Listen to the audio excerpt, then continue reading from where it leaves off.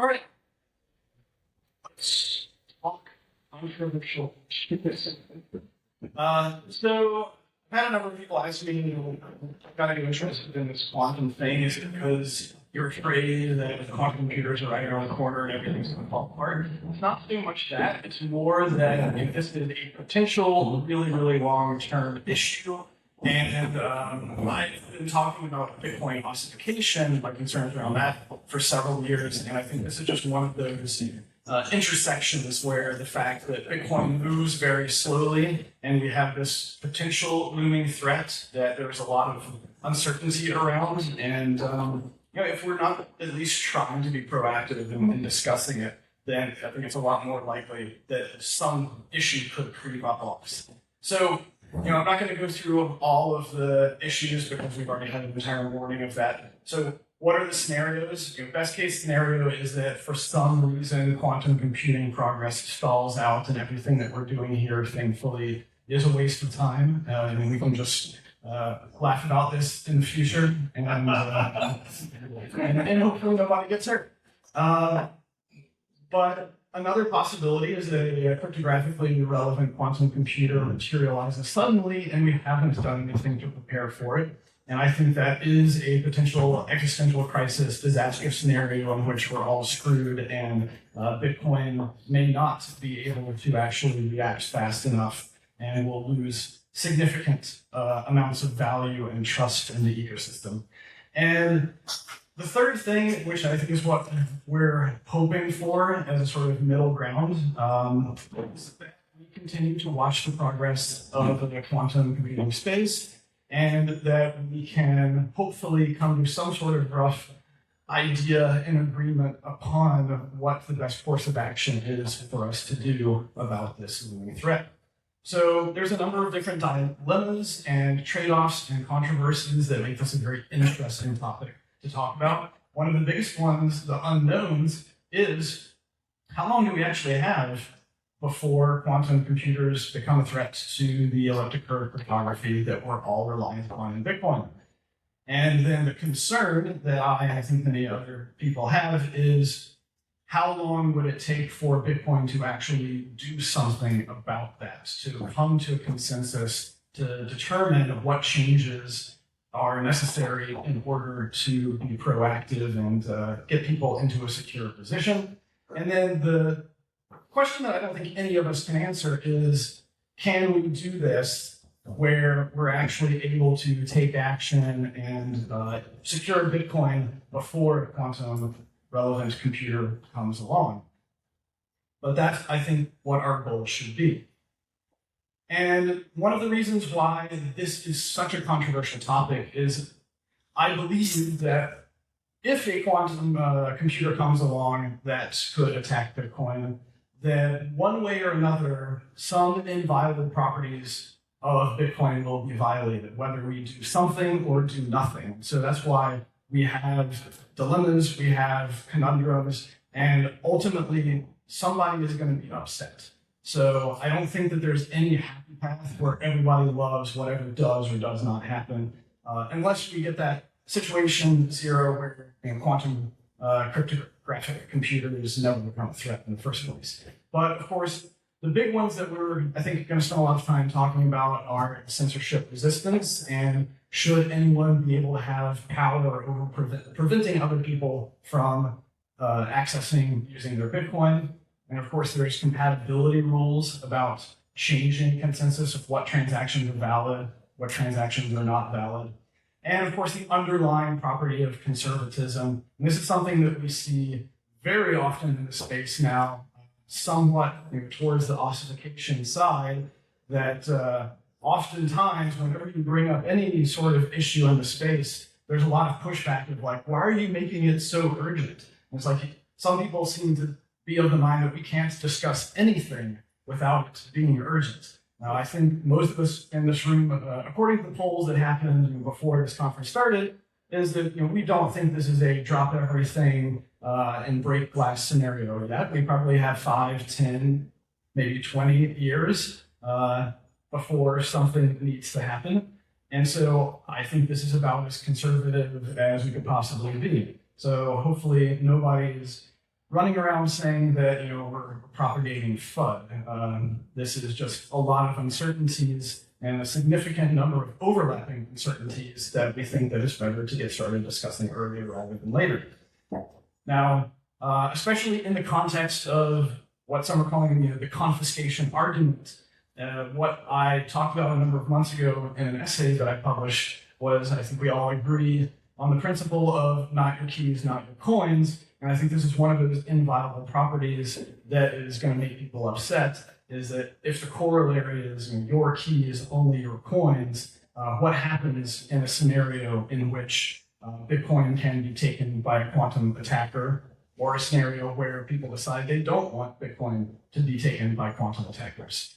So this slide is really meant to try to get a grasp of why I consider this entire problem space to essentially be a giant clusterfuck.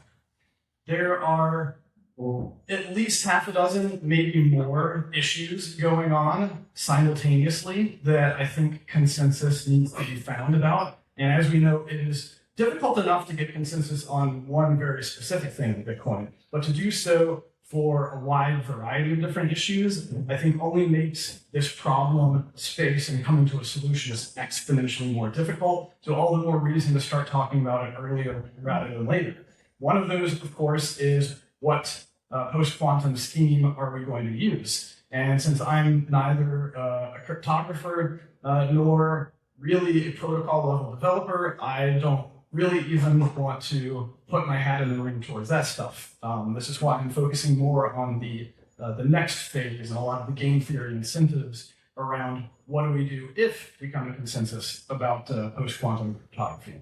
Along with that, and really related to the first part, is really all of these schemes suck in terms of Bitcoin, because Bitcoin has incredibly constrained block space. And all of the schemes that I've seen proposed thus far tend to have at least an order of magnitude, if not several orders of magnitude, high requirements for data size of signatures and keys on the blockchain.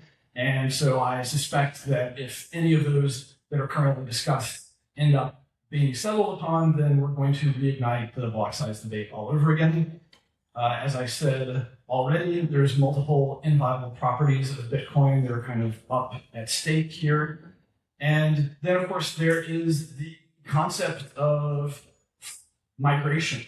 And if we come to an agreement that we don't want a ton of quantum vulnerable coins sitting out there and potentially being dumped on the market, used essentially to create large amounts of economic turmoil, how is this going to be framed? Some people are going to frame it as an aggressive forced migration to push people to move their coins, which violates one of those earlier principles of telling people what to do with their Bitcoin.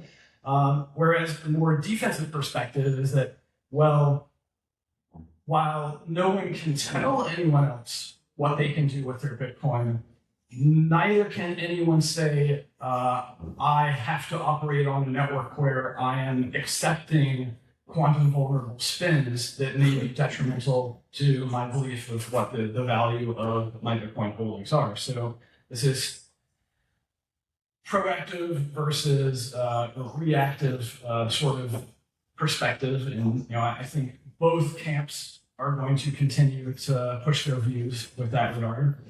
And then there's the question of taking any action whatsoever around a migration versus just allowing quantum computers to be able to scoop up these coins. And some have posed that as, well, this is the strength of Bitcoin, is that you don't have to force anyone to do anything, Bitcoin will survive. And that's probably true for different definitions of survival. Or is being able to project to the world that Bitcoin can come together and be proactive about improving its security posture, actually a better show of strength. It is all debatable. Then, of course, there is the economic volatility and value destruction arguments. Some will be firmly in the camp that one Bitcoin is one Bitcoin, and even talking about fiat value is ridiculous.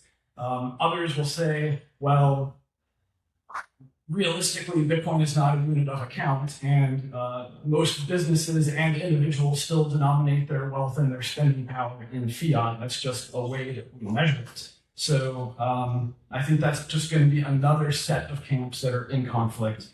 Then there's the game theory, I think, between the what you might call the whales versus the guppies.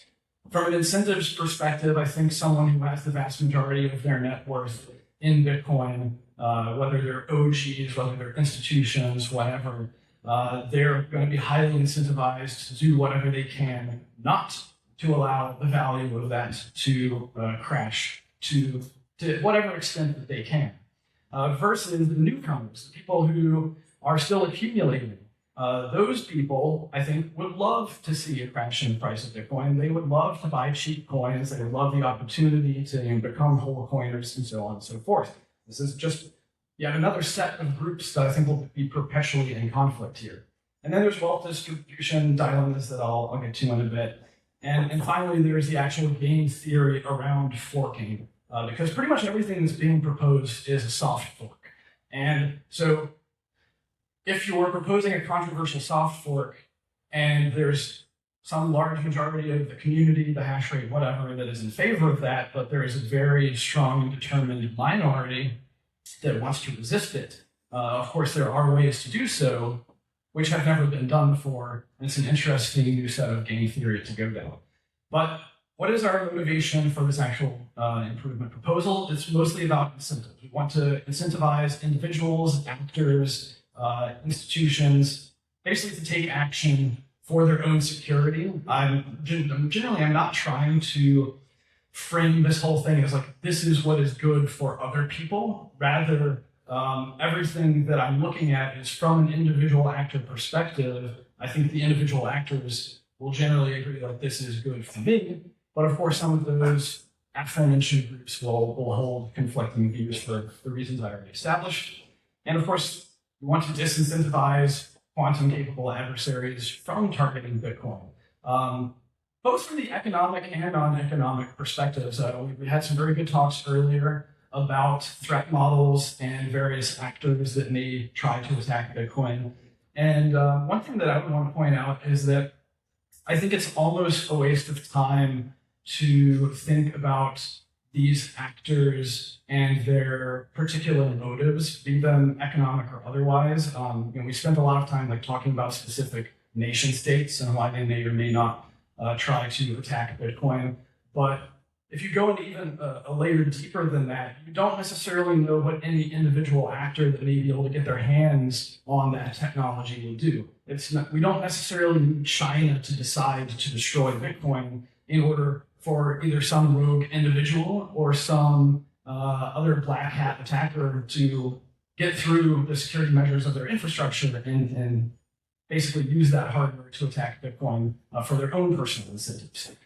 And one of the big things here, and this of course comes into the sort of one BTC equals one BTC argument, is that I think doing this in an opt-in fashion where we have a post-quantum scheme out there that people can move into, while that does protect those people that opt in from losing their Bitcoin-denominated value, it doesn't protect them from all of the other potential economic ramifications if a large part of the ecosystem procrastinates, doesn't do this, and then ends up basically losing their coins, having them dumped on the market, so on and so forth.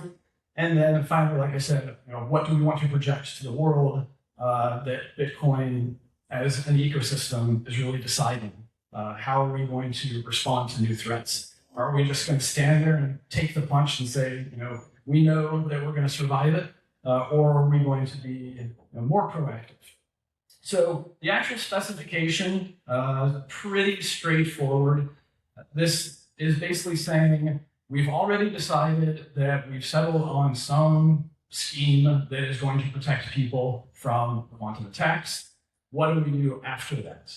And the general idea here is that some set point in time, I think several years minimum, I was suggesting 3 years after this scheme is activated, then we do a soft fork And all that soft fork does is that it no longer allows you to send funds to quantum vulnerable outputs.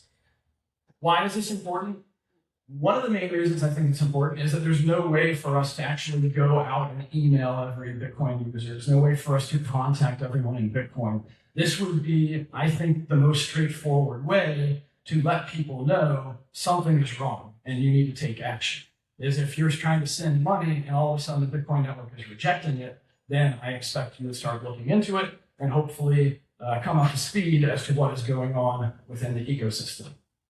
Then sometime after that, we still want to give people years to migrate, because the very complex ecosystem needs to have all of these changes matriculated down through software libraries and then eventually hardware manufacturers, HSMs. It's a very complex ecosystem. And so some period after that, eventually we no longer allow the vulnerable spend paths to be used. And this is the point at which you can say we're essentially freezing, confiscating, burning, whatever, these coins. And of course, this is one of the really more controversial aspects of this. And this, of course, is to say that this is the point at which we are no longer allowing Bitcoin to be vulnerable to quantum attacks. Now, in order to mitigate a lot of the problems that people will have with just arbitrarily freezing people's money, is that I think that it seems quite possible that we come up with quantum safe recovery schemes. Probably won't apply to every possible wallet out there, but at least to hierarchical deterministic wallets, it seems possible, is that we can then have a way for people to recover those funds. And this is the part that I think needs a lot more research, because there's going to be a variety of different ways to do this, some more complex than others, some with a variety of different trade-offs. And I think the best case scenario is if we could have phase C actually happen in conjunction with phase B, if we have enough time and get all of our research together, then we may actually be able to soft fork that phase as well. So that essentially you would still provide the same evidence to the network that you would normally to spend those funds, but you would have to provide additional proof in a quantum safe manner that you are the owner of those funds and you're not just some quantum attacker that managed to reverse engineer the private key. So what's some of the rationale here? Like I said, I don't think it makes a lot of sense to spend too much time thinking about motivations of different attackers. Like simply the existence of such a machine out there means that someone, for some reason or no reason whatsoever, may decide to attack Bitcoin, which is already a multi-trillion-dollar network. And it may or may not be economically motivated. There are certainly plenty of people and organizations out there that hate Bitcoin and would just love for it to be destroyed, even if it doesn't personally benefit them. And ultimately, it's because I think one of the controversies is around confiscation, but that redistribution may in fact be even more controversial. And so what are we talking about here with wealth redistribution? Well, one possibility is, the do-nothing stoicism crowd is basically we say, okay, if you've got a powerful enough computer, then you can take the coins. And so that's basically saying we are fine with redistributing wealth to whoever wins the quantum computing technology race. Another option is that we allow for the throttled spending of these coins. Some of this spending would be presumably by an attacker, some would be by people who were just slow to move their funds to the new scheme. And this gets really tricky because it basically creates a whole new set of game theory. Now, on one side, I can certainly appreciate game theory that may help with the miner subsidy problem. The issue of the lack of demand for block spaces has been one of my other long-term concerns.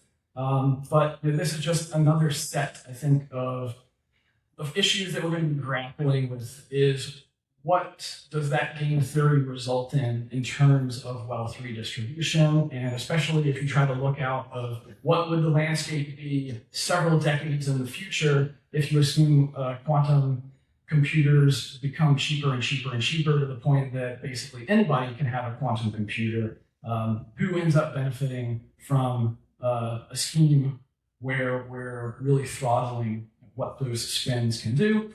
Then the final one is allow no one to spend coins in a vulnerable manner. If there's no recovery scheme here, then you could argue this is kind of a tacit wealth redistribution to all of the people who do migrate first. But as I've said, I think the preferable outcome is that you do have some sort of recovery scheme so that you're sufficiently happy that these coins are only going to actually get moved by the people who own them. So what are the various incentives?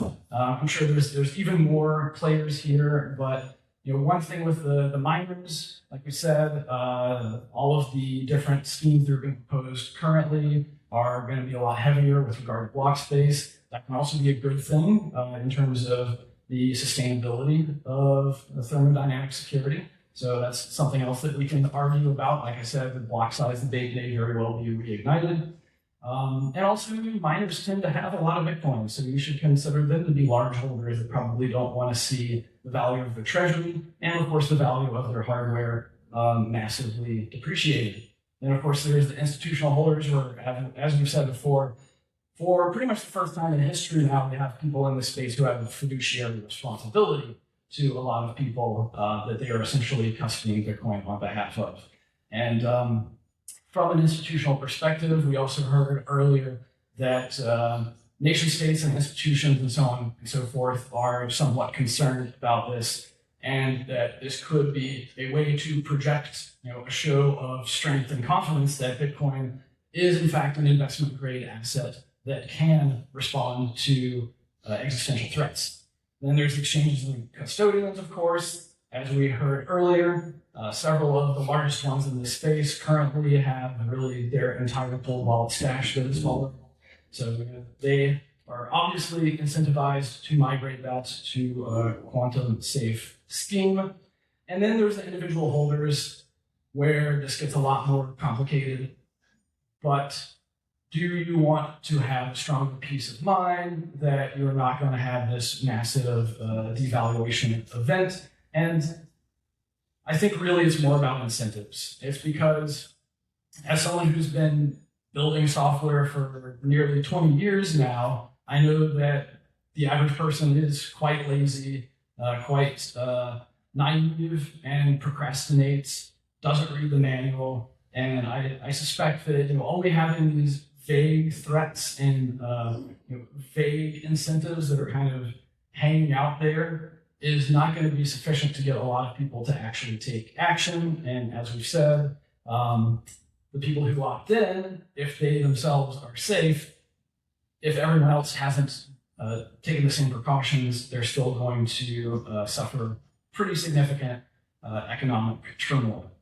So from a backwards compatibility perspective, I think all of this stuff should be soft forkable. The biggest open question is some sort of quantum safe fund recovery process for people who either procrastinate too long or were unavailable for whatever reason for many years, weren't paying attention.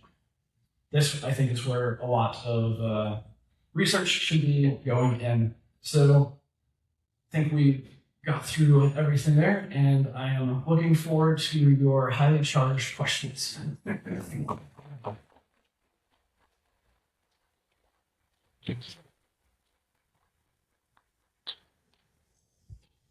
Not a wireless mic, so you guys gotta raise your hand and wait for me to get it.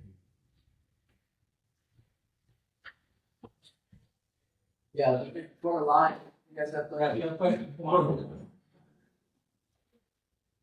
Hey, the recovery schemes that you had in mind, are they pretty much only for like the hierarchical deterministic schemes, or are there any for just single credit key ideas? Yeah. So this is the tricky thing, right? So, for example, if you have like capacious coins or whatever, is there any way to help people be able to recover those? I think really what it comes down to is you would want some other piece of data other than just the public key and private key to be provided? Like how else do you prove that you're not an attacker who has just reverse engineered the private key from the public key? So if you have a sort of just a bunch of keys wallet, non-deterministic, or just a one-off key, I don't think there is any other data that exists that you can provide. But more than happy to hear someone come up with something. But the reason that all the schemes that we've thought through so far would require a hierarchical deterministic wallet is that you should be able to provide essentially proof that you have like the xpub and that you can derive multiple addresses, including the address, the pub key that is related to whatever funds you're trying to spend. And like that should be sufficient proof. That is, of course, under the assumption that the quantum attacker doesn't have your xpub. And we can argue about whether or not that is a safe assumption. On the limitation of what addresses can be spent to, would that include reused addresses? And if so, like, how would you do that technically? I mean, I think you can't really implement any sort of reuse address stuff. Like at a node level, you would need to start indexing everything by the locking scripts, their outputs, and be able to look that stuff up. But really, it's you look at, is this a quantum vulnerable script or a quantum safe script? And only allowed to go to quantum safe scripts. Address reuse, I think, should really be a part of the conversation. Historically, we haven't forked to fix individual users' key management problems. So why do you think that we should do it in this instance? Because this is a very large, amount of coins in the ecosystem. We're expecting huge economic volatility. Like I said, I think that claiming to do this for the benefit of others is, of course, very gnarly, and that gets into the whole, we're trying to be good dictators type of argument. And this is why I've focused more on the game theory behind it, and like, what do the large holders do? If you are of the agreement that ultimately the way Bitcoin governance works is through some rough economically powered consensus, then I think that it makes sense to look at what are the incentives and the desires for the whales and the institutions and so on and so forth. Regardless of what happens, there's going to be moral and philosophical debates.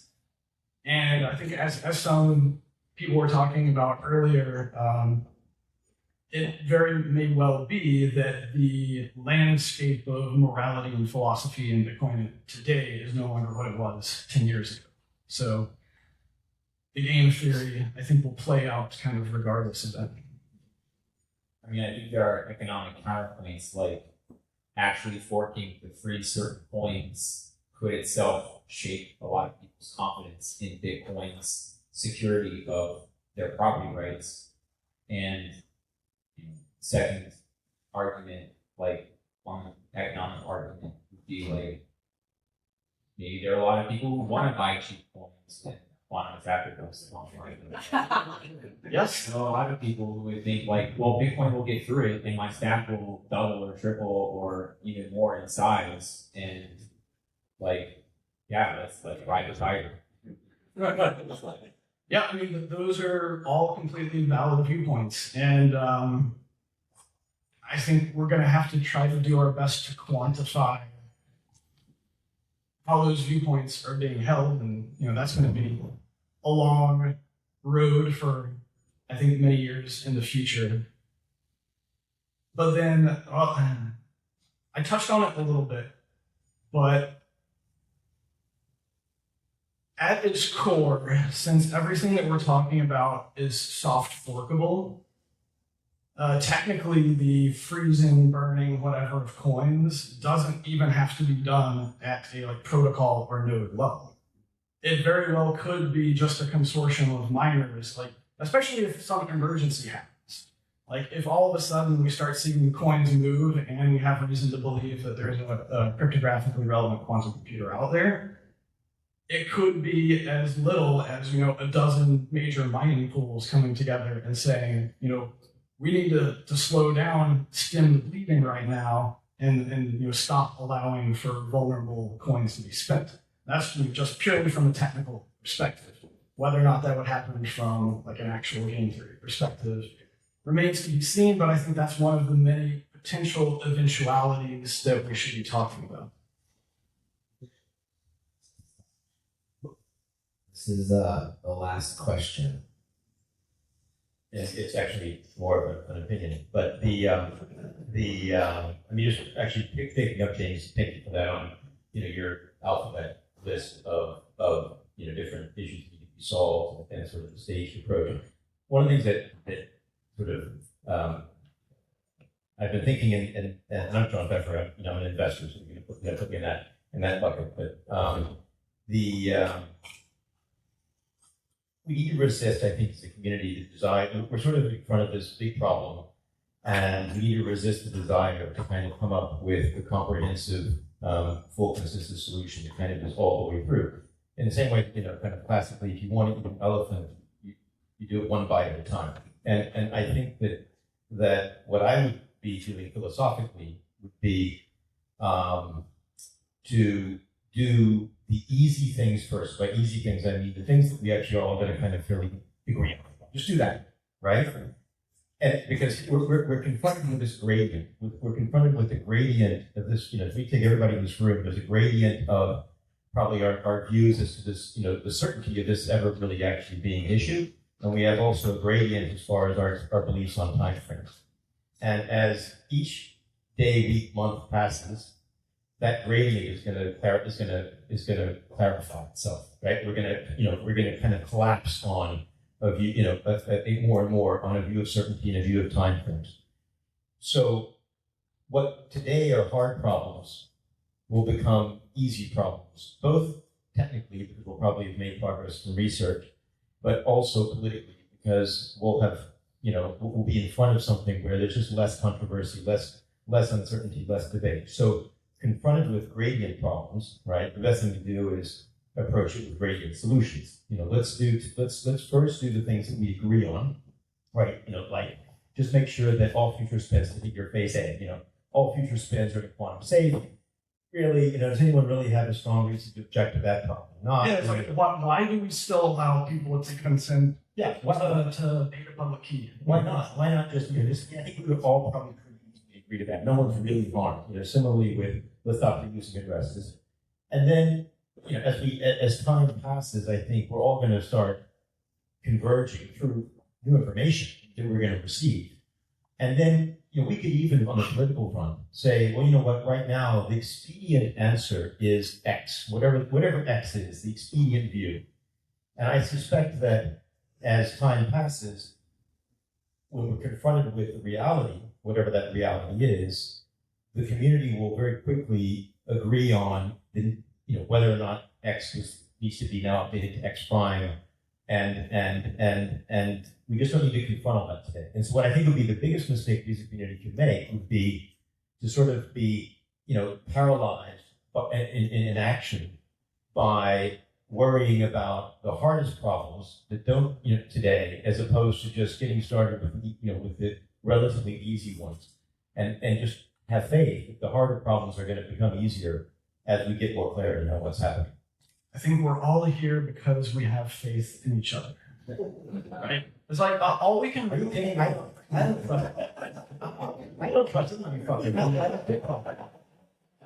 But this is about the anti-fragility and the resilience of the system. While Bitcoin is composed of millions of individual actors, it is up to us to be coming together, discussing all of these difficult things, and trying to find consensus. And ultimately, I think that's all that we can really do is just keep talking about it and trying to eat the elephant one bite at a time. All right, thanks.